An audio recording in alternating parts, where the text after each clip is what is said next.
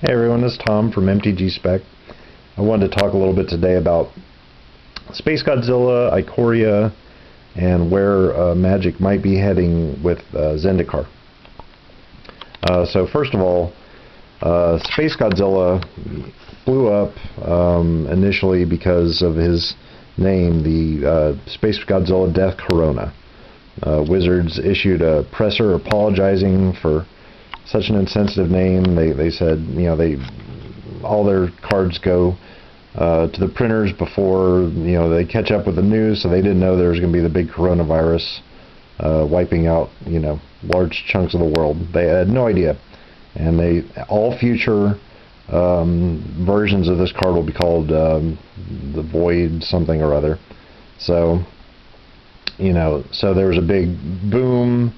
The so-called Timmies bought these for like $200 a piece, pre-sale, and now they're probably not worth that much.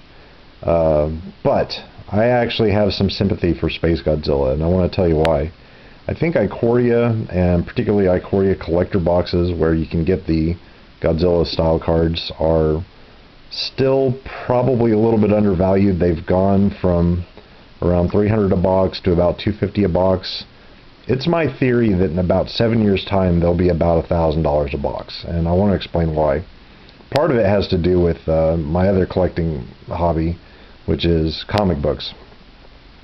One thing that I learned from collecting comic books is that whenever you have a cross-company crossover, you're not going to see much by way of reprints with that property.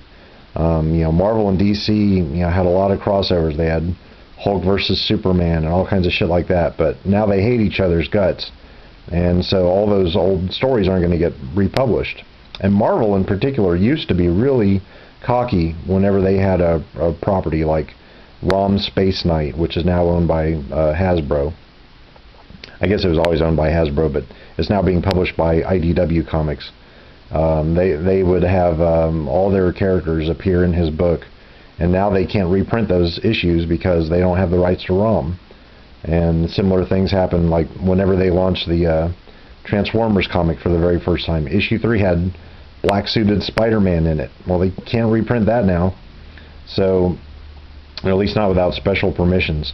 So when you look at this Spacegodzilla card, and you think about the fact that, you know, WotC and Toho Studios put together an agreement. They did, obviously, the Ikoria run of Godzillas. They also did, there's a Monopoly game out there with Godzilla. And I was actually a little bit surprised by the existence of the Hangerback Walker version of the Godzilla, the Mecha Godzilla. But, you know, I think they've pretty much shot their wad now. I don't see there being a follow-up series. So the fact that this card is not going to be reprinted as Death Corona doesn't really matter to me too much. Like, that whole issue is just kind of a tractor pull, because ultimately none of these Godzilla cards are going to be reprinted. Every single one of them has the actual Magic name of the card it's based on there, Void Beckoner. And with the exception of the Godzilla box topper, we already have art and everything for all these other cards. As a matter of fact, the Godzilla box topper, which was only printed in the Godzilla form, still has a name, and they say they have art for it. So whenever these cards come back functionally, it's going to be as Magic cards. It's not going to be as the Godzilla cards. So get these while you can. And I also wanted to talk a little bit about the Triomes. People are still enjoying the Triomes. They're popular. It's a popular land cycle. And so here's a Triome with the alternate art. But this is another card from Ikoria, Tranquil Cove. Now you'll notice Tranquil Cove is the same garbage that's been reprinted in every core set. It's been in Commander products when they whip it out for special sets all the time because it has a generic name.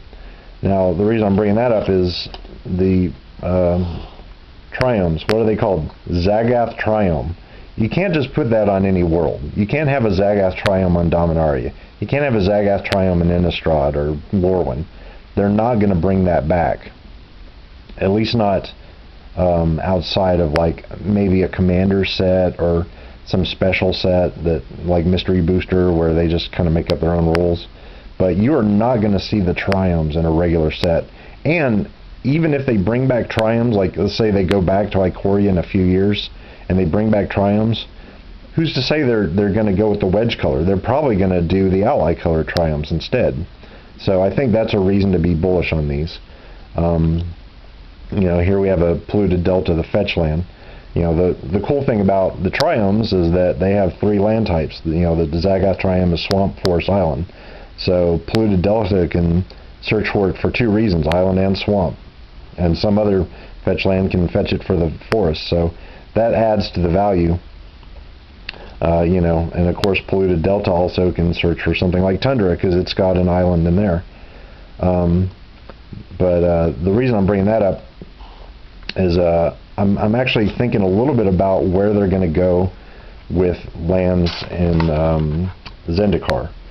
I think we may see something a little bit crazy in Zendikar. I think they're going to bring land tokens into the fold. I mean, here in Ikoria, we see that Wizards of the Coast is already interested in experimenting with strange counters. Here we have the Hexproof, Lifelink, First Strike, Double Strike, Trample, Flying Indestructible, Death Touch, Vigilance. All these counters are making their first appearance in Ikoria. They've never done this before. But what they have done is they've put up a little trial balloon to see how people react to the idea of these crazy counters. And not just here. Check out these Mystery Booster cards. Sorry if it's a harsh transition. This may be hard to read, particularly since I have the worst camera in the world. But this is Wasteland. The text of it says, tap to add colorless mana, tap, sacrifice card name, destroy target non-basic land. That land's controller creates a Wasteland token. And it has tap for colorless mana. Now, if they'd just done one of these, that wouldn't be too suspicious, but they actually did 2. This is Generated Horizons. Now, these were the Mystery Booster, like, playtest cards. So these aren't really tournament legal anywhere. They're just playtest cards, but, like I said, I think it's a trial balloon. I think they're testing the public a little bit to see what they think. This is an enchantment that says at the beginning of your upkeep, create a forest land token. So, let's put all these pieces together. We have fetch lands that are banned in Pioneer because they're too powerful. They can search for all these land types. We have the concept of unusual tokens. We have land tokens that have been experimented with, obviously, and it's something they're looking at. So what if, to take the place of fetch lands in Pioneer, we see something, I don't even know what you'd call them, maybe hatchlands. Because you would, instead of having a land that comes into play where you pay a life and you sack it to search for an island or swamp, maybe there's going to be a hatchland version of polluted delta that you sacrifice it and you pay a life and you create either an island token or a swamp token. Now, why would that be good? Well, one of the most powerful aspects of a fetch land, and one of the reasons that it's kind of broken, is of course that you can search for you know, lands that have a basic land type but aren't basic lands, like triomes and like dual lands. But it also thins out your deck. You know, if every time you play a fetch land, it's worth a life to pull another land out of the way so that you can get to your better spells.